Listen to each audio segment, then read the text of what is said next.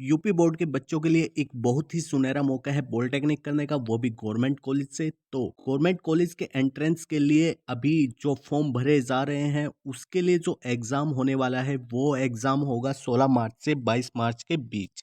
यानी कि जो एग्ज़ाम होगा इसकी डेट दे रखी है 16 मार्च से 22 मार्च। अब ये डेट टेंटेटिव है अभी, क्योंकि अभी वो डिसाइड करेगा कि कितने फॉर्म अभी इसमें भरे जा रहे हैं और कितने फॉर्म नहीं भरे जा रहे, तो उसके बेस पे डिसाइड होगा। तो पॉलिटेक्निक के एग्ज़ाम के बारे में, इससे रिलेटेड इन्फॉर्मेशन के बारे में जानेंगे सब कुछ। मेरा नाम है अंकित, स्वागत है आपका एनआर एजुकेशन पर। अगर आप चैनल पर नए हैं तो चैनल को प्लीज़ सब्सक्राइब कर दें, क्योंकि आपको पॉलिटेक्निक के एग्ज़ाम से रिलेटेड सारी इन्फॉर्मेशन मैं आपको प्रोवाइड करता रहूँगा। अब ये जो एग्ज़ाम होने वाला है ये ऑनलाइन एग्ज़ाम होगा, ठीक है। अब इस एग्ज़ाम को अलग-अलग ग्रुप में रखा गया है, जैसे group A, group E, group B, C, D, F, G, H, I, L और ग्रुप के 1 और के 8। तो ये अलग-अलग ग्रुप जो होते हैं, ये हमारे जो क्लास होती है उसके हिसाब से डिवाइड होते हैं, या फिर आगे हम जो ट्रेड लेने वाले हैं उसके हिसाब से इनको अलग-अलग डिवाइड रखा गया है। अब इसके एप्लीकेशन फॉर्म के बारे में जान लेते हैं, ये कब से भरे जा रहे हैं। भाई ये 8 जनवरी से एग्ज़ाम इसके भरे जा रहे हैं, मतलब 8 जनवरी से फिलअप हो रहे हैं और 29 फरवरी तक ये केवल इसके एग्ज़ाम फिलअप होंगे। यानी कि 29 फरवरी से पहले आप इसको एग्ज़ाम को भर सकते हैं, अगर आप 10th क्लास में है या फिर 12th क्लास में। इसके बाद इसके जितने भी सारे ग्रुप दिए हुए हैं उन सभी ग्रुपों का एग्ज़ाम ऑनलाइन होने वाला है, क्योंकि इसका एग्ज़ाम पहले ऑफलाइन होता था, लेकिन अभी इसको कैस ऑनलाइन एग्ज़ाम कर दिया गया है। यानी कि अब ये एग्ज़ाम कंप्यूटर बेस्ड एग्ज़ाम होगा। उसके बाद 27 मार्च से 30 मार्च के अंदर इसमें करेक्शन का ऑप्शन आता है कि आप इसके अंदर जो भी आपको करेक्शन लग रहा है उस करेक्शन की अपील कर सकते हो। उसके बाद 8 अप्रैल को इसका एग्ज़ाम डिक्लेयर कर दिया जाएगा। आप इसकी ऑफ़िशियल वेबसाइट पर जाकर इसका रिज़ल्ट चेक कर सकते हो। उसकी इन्फॉर्मेशन मैं आपको सारी दे दूँगा जब इसका रिज़ल्ट आएगा। उसके बाद इसकी जो काउंसलिंग डेट दे रखी है, इसमें काउंसलिंग डेट है 25/8/2004, और उसके बाद एडमिशन्स की मतलब जो लास्ट डेट दी हुई है वो है 15/8/2024। अब यहाँ पे हम फ़ीस का शेड्यूल देखते हैं कि कितनी फ़ीस इसके लिए रखी गई है। तो जो सामान्य और अन्य पिछड़ा वर्ग यानी कि जो ओबीसी से आते हैं उसके लिए जो फीस है वो 300 रुपये है, ठीक है। और जो अन्य जाति से आते हैं मतलब एससी और एसटी कैटेगरी से आते हैं उसके लिए ओनली इसकी फीस 200 रुपये रखी गई है। आप इसका पेमेंट यूपीआई के थ्रू भी ऑनलाइन कर सकते हैं। अब इसमें जो ये 0.2 आर्टिकल में दिया हुआ है, इसमें इसमें ये दिया हुआ है कि आप अगर अभी प्रेजेंट में 10th क्लास में हैं या फिर आप 12th क्लास में हैं तो आप तब भी इस फॉर्म को फिलअप कर सकते हैं। लेकिन जब काउंसलिंग होगी तो तब आपको अपना जो रिजल्ट का पासिंग होता है, जो पासिंग रिजल्ट होता है बोर्ड का, वो आपको दिखाना होगा, तभी आपको एडमिशन मिलेगा। उसके बाद इसमें आर्टिकल 05 में दिया हुआ है कि अगर आपके कोई भी डॉक्यूमेंट्स फर्जी पाए जाते हैं तो आपको एडमिशन इसमें नहीं दिया जाएगा। तो इसलिए इसमें कोई फर्जीवाड़ा भी नहीं चल रहा है। नेक्स्ट इसमें पाठ्यक्रम के लिए बात करते हैं, मतलब आपके सिलेबस के लिए बात करते हैं। अगर आपको यहाँ पे डिप्लोमा इंजीनियरिंग करनी है, ये 3 साल की होने वाली है और इसके लिए 10वीं में आपको 35 मार्क्स आने बहुत ज़रूरी है बोर्ड के एग्ज़ाम में।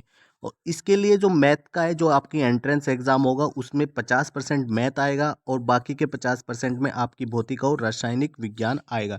तो यानी कि मैथ्स जो है इसमें 50% कवर कर रहा है। अब 50% मैथ आ रहा है तो इसका मतलब ये है कि मैथ का वेटेज इसमें बहुत ज़्यादा है, मतलब आधा हो जाता है। तो इस 50% मैथ की तैयारी मैं आपको यूट्यूब पर ही करा दूंगा, तो इसलिए आप चैनल को सब्सक्राइब कर ले। उसके बाद अगर आपको एग्रीकल्चर इंजीनियरिंग में करना है तो ये भी 3 साल का है। इसके लिए भी आपको 10वीं की कक्षा कृषि के साथ होनी चाहिए, एग्रीकल्चर से होनी चाहिए, और 35% होने चाहिए आपके मार्क्स। उसके बाद इसके जो एग्ज़ाम होगा उसमें केवल एक एक्स्ट्रा कृषि का सब्जेक्ट ऐड हो जाएगा और उसको मिला के टोटल 50 मार्क्स आएंगे।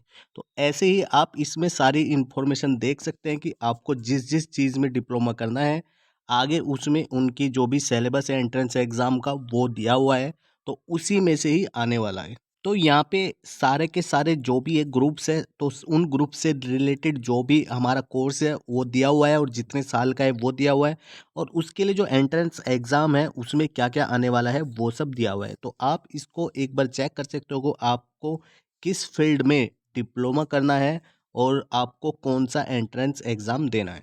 अब यहाँ पे देखो लैटरल एंट्री की बात करते हैं, यानी कि जो सेकंड ईयर में डायरेक्ट एंट्री मिलती है उसके लिए आपको इंटरमीडिएट होनी ज़रूरी है, ठीक है? और उसके लिए आपको 10वीं के साथ आईटीआई होना ज़रूरी है, तब आप जाके उसका एंट्रेंस एग्ज़ाम दे सकते हैं। एंट्रेंस एग्ज़ाम में क्या होगा, हाई स्कूल तक की मैथ आएगी और फिजिक्स आएगी और रासायनिक आएगी, ये है इसका पहला पार्ट्स, यानी कि एक पहला पार्ट्स होगा। उसके बाद दूसरे पार्ट में इसका क्या आएगी, इंजीनियरिंग का 60% आएगा, जो आपने आईटीआई वगैरह कर रखा है उस लेवल तक का, ठीक है? वो सब इसमें आने वाला है आपके एंट्रेंस एग्ज़ाम में। अब इसमें अगर एज लिमिट की बात करते हैं हम, आयु की बात करते हैं, तो इसके लिए जो मिनिमम है वो 14 वर्ष है। केवल इसमें मिनिमम दी हुई है, मैक्सिमम इसमें कोई नहीं है, यानी कि मैक्सिमम एज की इसमें यहाँ पे कोई भी लिमिट नहीं है। तो आप अगर 14 ईयर से ज़्यादा है आपकी एज, तो आप इस एग्ज़ाम को फिल अप कर सकते हैं। एंट्रेंस एग्ज़ाम आप आसानी से दे सकते हैं। अब यहाँ पे अगर हम आरक्षण की बात करते हैं, तो आरक्षण जो दिया हुआ है एससी कैटेगरी में 21st यानी कि 21% सीट आपकी यहाँ पे बुक है, और एससी के लिए जो है 2% बुक है, और ओबीसी के लिए 27% है, और जो ईडब्ल्यूएस वाले हैं उनके लिए 10% सीटें यहाँ पे रिजर्व है, ठीक है? तो ओबीसी वालों के लिए यहाँ पे बहुत ज़्यादा सीटें रिजर्व है, तो अगर आप ओबीसी कैटेगरी में आते हैं तो आपके लिए एक बहुत अच्छा चांस बन जाता है। अब जो ये आपका एग्ज़ाम होने वाला है, ये टोटल ऑब्जेक्टिव टाइप एग्ज़ाम होगा, यानी कि ये ऑप्शनल एग्ज़ाम होगा। इसमें आपको क्या होगा, 4 विकल्प दिए जाएँगे, जिसमें से आपको सही वाले पे आंसर करना है, और इसका जो एक क्वेश्चन्स होगा वो 4 मार्क्स का होगा। इसका मतलब है कि आपके यहाँ पे 100 क्वेश्चन्स होंगे, तो आपका एक क्वेश्चन 4 मार्क्स का है, तो टोटल 400 मार्क्स के आपके एग्ज़ाम होने वाला है। अब यहाँ पे हम देखते हैं कि यहाँ पे क्या नेगेटिव मार्किंग है या नहीं है, तो यहाँ पे कोई भी नेगेटिव मार्किंग नहीं है। तो इसमें क्या है कि अगर आपका आंसर गलत होता है तो तब भी कोई नेगेटिव मार्किंग नहीं होगी, बस उसका नंबर ऐड नहीं होंगे, यानी कि आपके जो सही है बस उस सही के ही मार्क्स इसमें ऐड होंगे। यहाँ पे कोई भी नेगेटिव मार्किंग नहीं है, तो आपको इसमें थोड़ा भी डरने की ज़रूरत नहीं है। उसके बाद इसमें क्या है कि अगर आपको कोई से भी ऑप्शन में या फिर क्वेश्चंस में आपत्ति है, तो आपको 100 रुपये की फ़ीस जमा करके इसमें यहाँ पे क्या होगा, आपकी एक जो एप्लीकेशन होता है त्रुटिपूर्ण का, वो रजिस्ट्रेशन कराया जाएगा, तब जाके आपका उस क्वेश्चंस के नंबर आपको प्रोवाइड कर दिए जाएंगे, अगर वो आपकी एप्लीकेशन सही है तो इस एग्ज़ाम में आपको नॉर्मलाइजेशन भी देखने को मिलेगा, तो आप कोशिश करना इसमें उन क्वेश्चंस को करने की जिसमें आपको बिल्कुल ही श्योर हो कि ये 100% यही सही है, या फिर आप 50-50 श्योर हो, ठीक है? तभी आप क्वेश्चंस को अटेम्प्ट करने की कोशिश करना। अगर आपको इसमें 10% या फिर 0%, 10% भी नहीं पता है कि उसका आंसर क्या है, तो आप उसको अवॉइड करना, क्योंकि इसमें होने वाला है नॉर्मलाइजेशन। नॉर्मलाइजेशन होगा तो दूसरे के मार्क्स आपके मार्क्स से ज़्यादा आ जाएंगे, तो इसलिए आप अवॉइड ही रखना जिनका क्वेश्चंस का आपको नहीं पता है।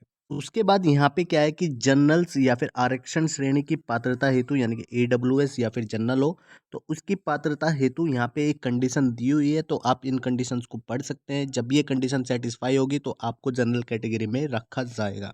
आई होप आपको जो पॉलिटेक्निक का एग्ज़ाम होने वाला है एंट्रेंस का, इससे बहुत सारी चीज़ें क्लियर हो गई होगी। अगर फिर भी आपको डाउट है तो आप कमेंट कर सकते हैं। तो चलिए मिलते हैं फिर नेक्स्ट वीडियो में, तब तक के लिए जय हिंद।